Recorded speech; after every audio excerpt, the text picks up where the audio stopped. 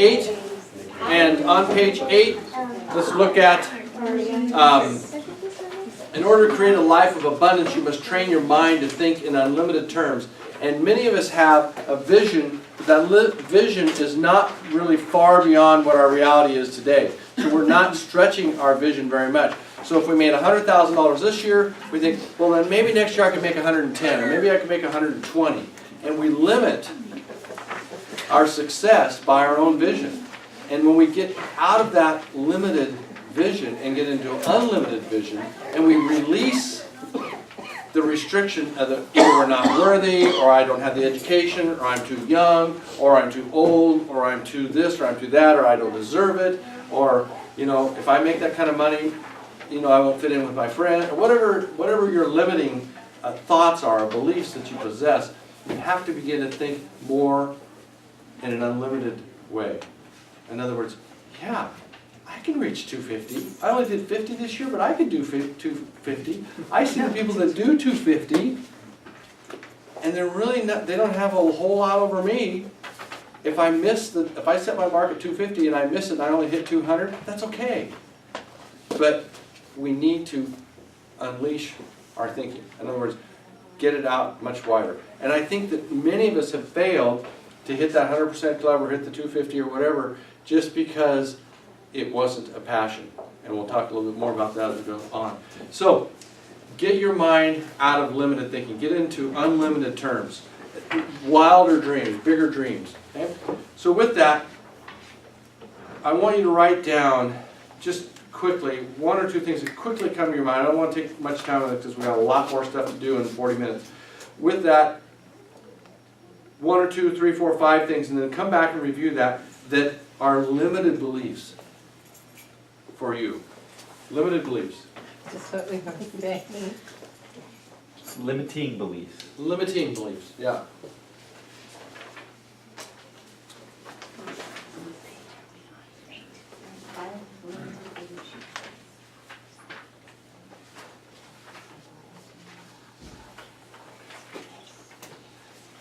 I'm in my first year of real estate. I can't hit $100,000. That's ridiculous. Nobody does that. I've been in the business 3 years. I can't do 250. I mean, that's 250.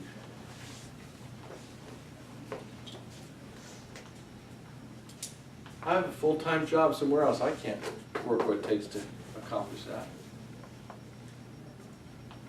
I don't have the money to hire some help so I can get to the next level. I'm not willing to quit doing this in my life to accomplish that.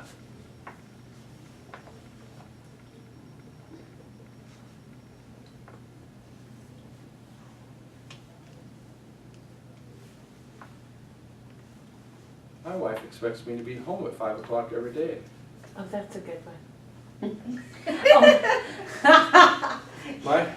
My More of a fact than a belief. I didn't think about that. Honestly, I wasn't pointing my every finger. day and make. Well, I know, I was thinking, $500,000. it's a belief, but it's also like, It's also okay. And we also have limitations that we embrace. I have 2 children young at home. That's my primary focus. Therefore, I limit myself to the time that I'm going to invest in that. But I also know that I can reach this $100,000 goal and still have a quality of life with my 2 children. That means that the time that I have to work in, I got to work much smarter. And I have to do the things that I don't want to do. And I can't come to work and waste a lot of time because my children are the most important thing and I want to be back home with them. All right, so rewrite in the bottom box there your limited beliefs as unlimited beliefs. I can still have the same quality of life with my children. I can still have the same quality of life with my husband. I can still recreate and do the things that I enjoy, the passions I have for recreation. I want to ski a certain number of days in the month of January. I will need the money to do that. That means that I need to on the Sundays that I'm not skiing, I need to hold an open house. Or I need to spend Sunday meeting with some people, or getting my books done so that I don't have to do that during Tuesday and Wednesday when I should be making phone calls, prospecting, generating leads. I can still do the things I want to do, I just need to do stuff smarter.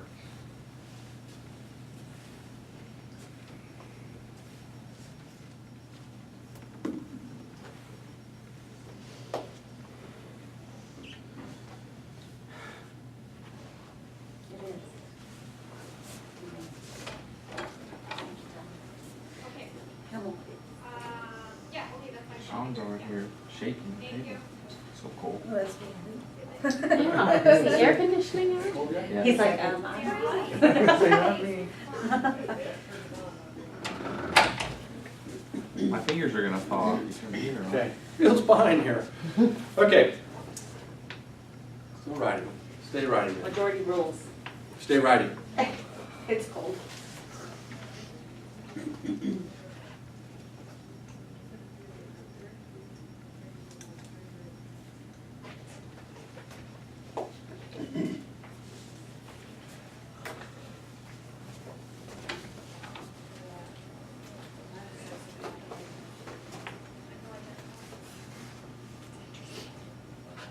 I know what we were just talking about. Okay. If we want to grow to the next level, and you want to get beyond what you're currently doing, and you want to add stuff, then you're going to have to subtract stuff from your life, or be more efficient with what you're doing. Have you ever made a list of all the responsibilities you have? I'm a wife, We're trying to stay positive. I'm a father, I'm a mother, Ran out of paper. I have a friendship, I have church responsibilities, I have a club that I belong to, I have this, I have that, and you list all those things. How many of those responsibilities do you think you can manage? One. Like 3. Try to do all of them. too. How many can you manage, or how many can you manage well? That's right. And That's some a of us bigger are question. dabblers. We dabble in a dozen different things, and we could do each one of them better, but we're wired up to where we just have to do all those things, or we can't say no, and so we take on a lot of responsibility, and we wear a ton of hats. Are there some hats you could take off and set on the back shelf to wear at a different time in your life? I'm Those are trying. tough decisions. Melissa? Well, on that same line, that was one of the things I wrote down on my limited beliefs, and on the positive side, I'm tired of disappointing myself, so I don't disappoint other people. I've not put myself on the list, and I'm in the top 3, Okay. and yeah. And what kind of satisfaction do we have? Some of us are driven by meeting our goals or by certain levels of success and so forth. And some of us, it really doesn't matter, and we're more at peace and we're just comfortable riding along, and we're all just wired up differently. And so this may not work for some of you. What may not work? It may not work for you to set these goals because you're not driven by that, and you're not willing to give up, because in your own makeup and mind, these priorities are a higher priority than the success of business. And you will survive, and you're willing to survive at the level that you are, and you're not willing to take the risk or put in the extra time to get to that next level. And that's okay if that's not what you want. But if you're not happy at the level you are, and you want to get to the next level, and you want to have more resources financially, or you want to have more time for yourself, then there's things that have to be done. Or if you want to get at age 65 or 70 and you want to stop working, and you want to make sure that at that point in your life you have plenty of money to support the lifestyle that you enjoy, then unfortunately at this young age we have to make some sacrifices or some changes. And if you can see the long-term vision, the long-range vision of what you want to accomplish, it'll be easier for you to do the things that you maybe don't want to do. Sarah? Could it be that, like, say if somebody is not driven by money goals, or that their goals, they can still write goals, but they're not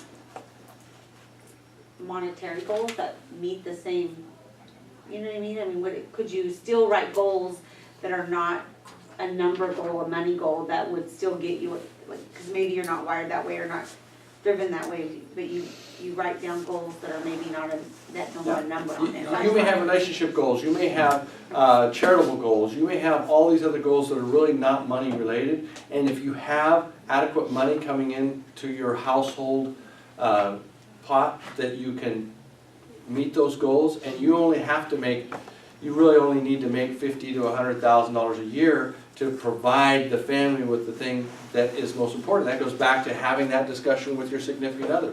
What are the things we want to accomplish as a family? And we're going to get into some very specifics about that as we move forward. So that's a good point.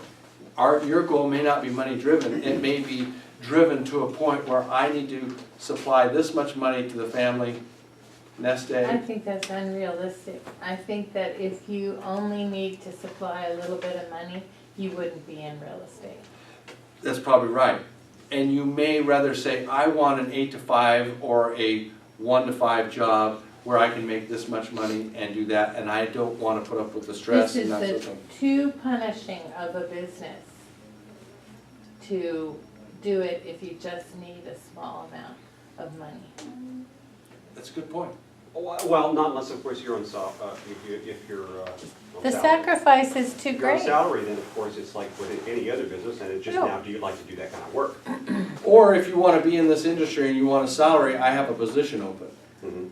Right. And I'll pay you a salary, but it's not But 50,000. Sarah's sacrifice is greater than just a salaried position. I mean, Sarah works all the time. And so she gets punishing, She gets punished. she gets punished right along with the rest of us, right? Right. Absolutely, but I think that, I don't know about punishing, I mean, this Well, that's job is just hard. I a mean, this job's descriptive hard. word. But I think that there can be people in this industry that don't need to make $100,000 a year or $200,000 a year that can do it because they love it and need the freedom to have a family and be able to spend time with their family, that their motivations may be different than just money driven. There's some agents who won't work weekends or nights. I've come Yeah. across them. You know, their voicemail says, I'll answer calls between a certain time frame, or That's always They valid. don't make any money, that you answered it. That's But always then that valid, may be okay because I for think them, inherently, yeah. when you think of realtor, you think weekends. but they're the ones who don't need the 100,000, the I can- 50,000. I can tell you though, if you put it in your mind that it's important that you have a day off, and for some of us, that may be a spiritual thing. I don't work Saturdays. I never have worked Saturdays. But you work Sundays. And you But I work Sat- nights. And I work nights, lots of Yeah. nights. Right, late one nights. day is different than But- some of the stuff I've seen. You can, if that's a priority, and that is something that you want to make sure that's in your lifestyle, then you can work around that. And I'm certain that I've missed some great sales on some Saturdays, but I can tell you, I've been rewarded elsewhere. But that has to do with sales in general though, Ed. I mean, because if you're in a sales job, like what Sarah's saying, it may not necessarily be money, but I mean, you have the potential of making a lot of money in sales, but you also have the autonomy, the hours, the flexibility to be able to do other things, family, yeah. And recreation and all that. Exactly. Okay, so, moving on. Many of us are learning based, and many of us are ignorance based, okay? The learning based frame of mind is, I know what I know, and there's so much more to know, okay? And I've learned this, but now I see that I don't know that, and I've got to go on. Okay, so we're always learning. And then some of us that are ignorance-based, we might say, I know what I know, and I'll ignore everything else because I know it all. Okay? And there's a lot of people that bumble through life that way with a high level of certainty that they know all they need to know. And I'm not speaking to you guys because you guys are here learning. Okay? The real key to success is mastery. Mastering what you know, what you've learned. And the key to that is to repeat it and to repeat it and do the same thing over and over again until you have those skills firmly in your mind and you can operate without having to even be conscious of what you're doing. So if you're not willing to master it, you can't get to those high levels of success. If you want high levels of success, you need to master the listing conversation. You need to master the lead generation system. You need to master your conversation. You need to master pricing. You need to be a master at open houses. You need to be a master at representing buyers and writing offers. You need to be a master at finance. You need to get these skills mastered to where they just come naturally. So on page 10, there's kind of two learning tracks. The one on the left, vertically, learning to know.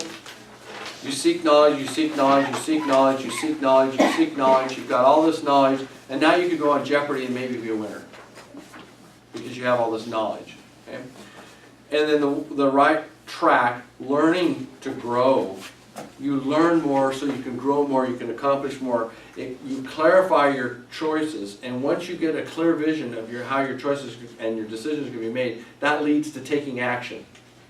And when you take action, that leads to building habits. And now we're going deeper, deeper, deeper, and we're going beyond learning. We're going into a skill set of mastery. And once you master the habits, that leads to shaping your character and your practices and your consistency. And that leads to determining your destiny, which leads to controlling your legacy. In other words, when you're ready to retire, you have left your mark.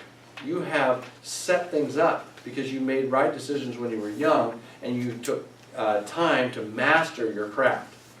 You invested time, you trained, you repeated the things that you do so that you have them down.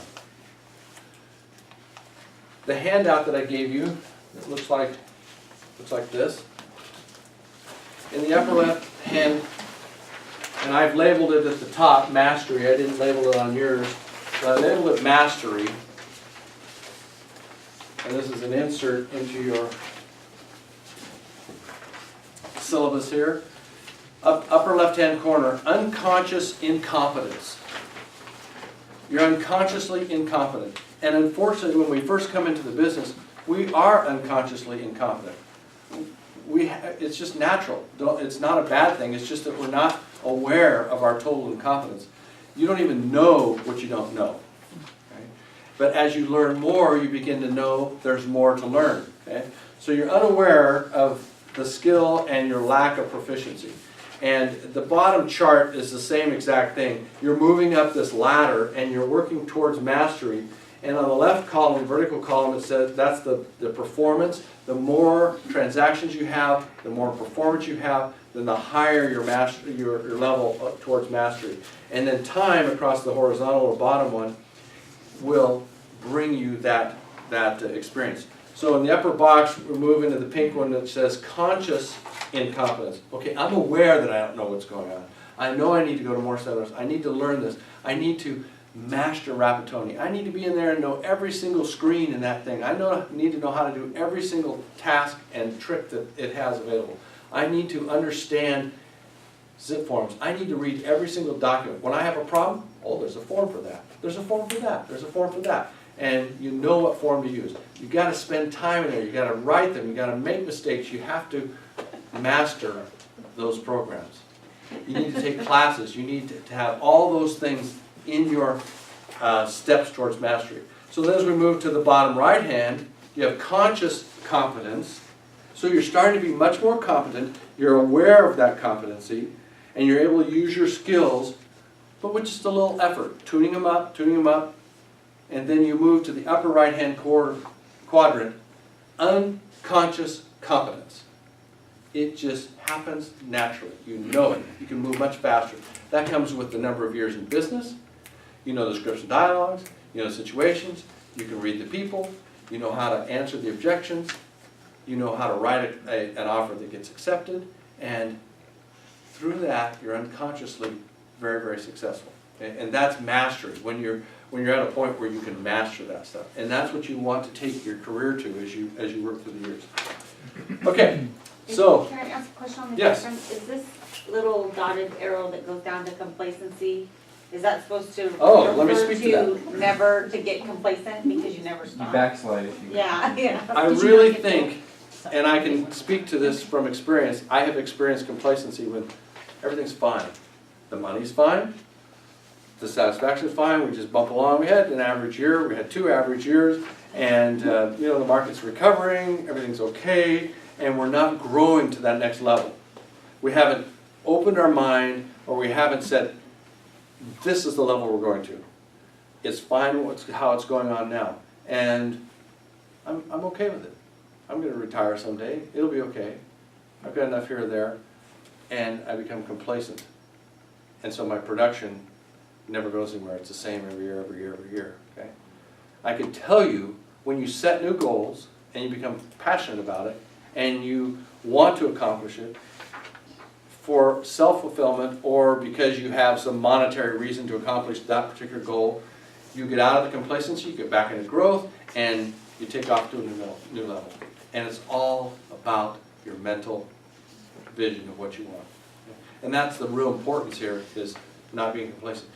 With this office, I reached a point of complacency. And if you notice, the last 6 months, we've made a lot of changes. And in the next 6 months, we're going to make even more changes. And we're going to make more changes. And we're going to make more changes. It's time to get back into a growth mode. Maybe not growing with the number of people, but growing in the quality of our business. And for me, quality is very important. The highest quality is the most important. So we can reach complacency, and then we get kind of stagnant. So if you're stagnant in your business, you can't seem to get past that next level, then you need to open your mind and begin to master some of the skills, go back a little bit and pick up some of the other skill sets that you've used in the past and take yourself to the next level. Okay, next page. Pathway to Mastery, SPAR. And then there's a typo, I think, in your materials. In the blue box, it says, hear the material for the first time, and you say, aha. I didn't think of it that way. And then you move over to study, practice, action, and repeat. SPAR, SPAR. So you're going to spar in this business, and you're going to study, learn it, practice it, practice it, practice it, take action, and then repeat the task. You forgot the R. Yeah, they forgot to put the R on there. So I think, so I put R on it, I don't know mine. And then when you come back, like when we come back and meet again next time, you're going to bring back what you've learned. And you're going to be at a higher level. And then you're going to learn again. And you're going to practice more. And you're going to bring it back, you're going to have a higher level. And you'll find out what other people do. Hey, I failed at this. How have you done it in the past? What have you done to get around those particular things? And that's the value of being around people that have experience and talking with them and say, I've got this problem. What are your recommendations? Paint the house a different color than yellow. That cracks me up. It's true, I had it. Yeah. So, anyway, talent is overrated. There's a book by Jeff Colvin. I haven't read it. And I think that's the name of it. Talent is overrated. Mastery is simply about time on a task over time. 10,000 SPAR hours required. Oh, the R is reinforce. I said repeat, but reinforce by doing it over and over, reinforcing the habits, or the actions. So, is anybody familiar with the 10,000 rule? Have you ever heard of a guy, Malcolm Gladwell? I think I played one of his TED Talks here a while back. Malcolm Gladwell wrote a book called Outliers. It's a story of success. And in it, he talks about how Microsoft co-founder Bill Gates achieved extreme wealth, how the Beatles became the most successful musical act in history, how Joseph Floam built Skadden, Arps, Slate, Merger, and Floam into one of the most successful law firms in the world, and how cultural differences play a large part in perceived intelligence. We think some people are naturally more intelligent because of their culture. We think some people are less intelligent because of their culture. We think a lot of things, we make generalizations. But in this publication, Gladwell, he repeatedly mentions the 10,000 hour rule, to where if you invest 10,000 hours in something, if you're an Olympic athlete, or if you're a runner, or if you're a tennis player, or if you're a musician, and you put 10,000 hours in it, and that's one of the theories in this book, that you will master that skill. And you think about 10,000 hours. If you put 10,000 hours doing the same thing over and over and over, sparring with it, study, practice, take action, reinforce, study, practice, take action, reinforce, over and over and over again, 10,000 hours, you're a master. Better be. So 5 years of 40 hours a week. There you go. And in, thank you for doing that. 116 days. In our industry, at 5 years, you really should be a master. Okay? But in your And- first 5 years, you don't really put 40 hours in a week. No. And have you seen people say, I have 10 years experience? And really what they have is 1 year experience 10 times in a row. Because there was no growth. They were complacent. They were doing the same thing through and through. So if you're going to master it, you need to be constantly growing. More education, more practice, hone those skills, hone those dialogues, make more mistakes, get out on the listings, get into a situation where you're competing on listings, and get to a position where you're practicing more and you're honing those skills to where you're better and better. So a couple of books, Talent is Overrated, and by Jeff Colvin, and then Outliers by Malcolm Gladwell. Interesting stuff. Okay, why do people succeed on page 12? Again, 4 quadrants, start in the upper left-hand quadrant.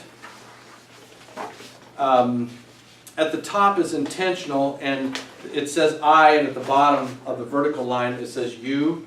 So I stands for intentional. At the bottom it's unintentional. So some of us are intentional, some of us are unintentional. In other words, we just bounce around at whatever kind of hits us, and that's the way most real estate people are. They get their license, they get into an environment where people hobby at it, and they're not full-time, and so they just bounce around. They're not intentional about their career. They're unintentional, not by design, but that's all they know because that's all that they've seen. And so they're not intentionally moving forward on the development and the growth of their business. So intentional being the top, unintentional being the bottom. And then on the left-hand side, the I stands for inactive, on the far left, and the P stands for proactive, opposites. So those are external things. Are you inactive or are you proactive? Are you intentional or are you unintentional? So in the upper left-hand quadrant, where it says intentional and inactive, I want it, but I'm not moving towards it. You talk about it, but you're not doing it. There's no action. So that is the least successful, when you're intentional, but you're inactive. And then you go down to the lower left-hand quadrant. You're unintentional and inactive. That is absolute failure. No action. You're unintentional. You're just bumbling along, taking what comes. That is failure for sure. And then we go across the bottom right-hand corner.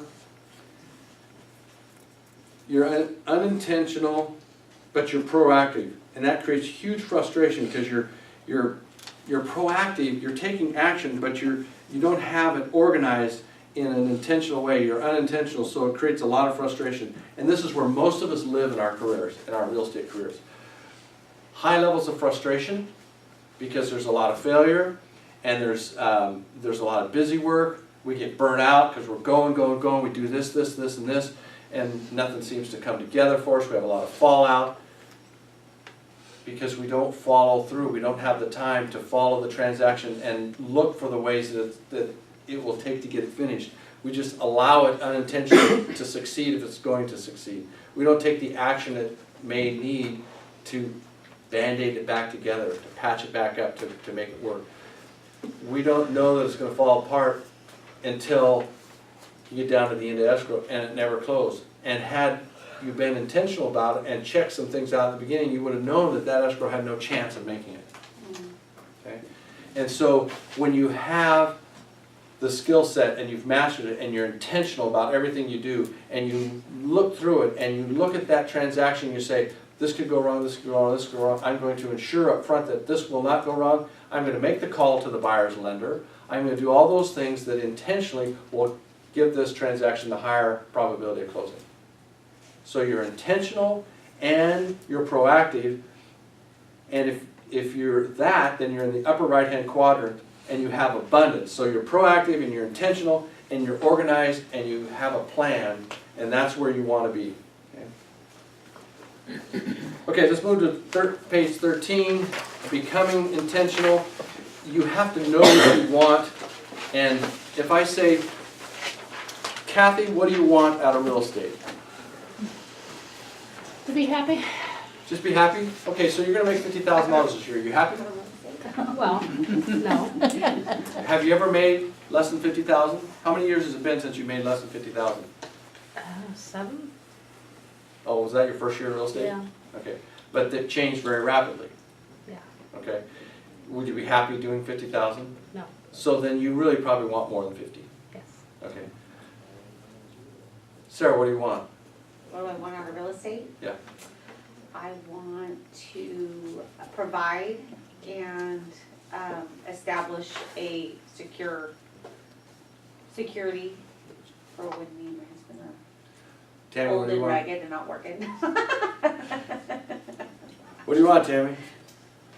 It's personal this year. I want to overcome all my fears, like what was in here, and get more organized and master it. It You doesn't want matter how mastery. much money, I mean, I know I want to make over 100,000. Have you written that down? Just now. Okay. Kathy, what do you want? When I say happy, that has a multiple layer on it. That means financially, that means achieving some of the educational goals that I've set. So that, there's a lot of pieces to be happy. Okay. So just to And let so you have you know. written those down? I have. Okay. Sean, what do you want? Got 'em in my book. He was trying to keep He you was from hiding. telling He us. had his head down. I was Hope you didn't call me. Just to be able to hit my why, you know, to hit why, Say it, his why I'm wife. doing it. Hit my wife. I've seen your wife, you better be careful.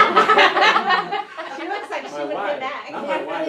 Why? My wife, yeah. Just to be able to hit my goals, and you're gonna ask me if I've written them down, and I haven't yet. But Why? I don't know why. All right. I think sometimes we don't write down our goals because we're afraid. Because, Because we're afraid to write them down and we're afraid to see them and we're afraid to be accountable for them. yeah, Afraid you won't achieve them. yeah. I just think that. You gotta that's get, you have to be intentional. If you're unintentional, you're gonna have high levels of frustration. Because you don't know where you're going. You're just allowing life to happen to you instead of you controlling your life. And when you get there, you don't know it. Yeah. And we burn out really quick when we're unintentional. And we let this business get to us. Is this business frustrating? I mean, it's unbelievably frustrating. And the new people, and I wish Susan was still here, just getting her license, she has no clue. She has no clue what she's getting into. And you can't tell her. You had no clue. You'd kind of seen it with Mom, but you really didn't have any clue. And you don't know until you're really into it how painful it can be. I mean, it's really frustrating. And if you're unintentional and you don't have a vision and you go into this business, you're going to be so disappointed. You're going to be hurt. You're going to be frustrated. Failure is going to lower your morale and your self-esteem. And you emotionally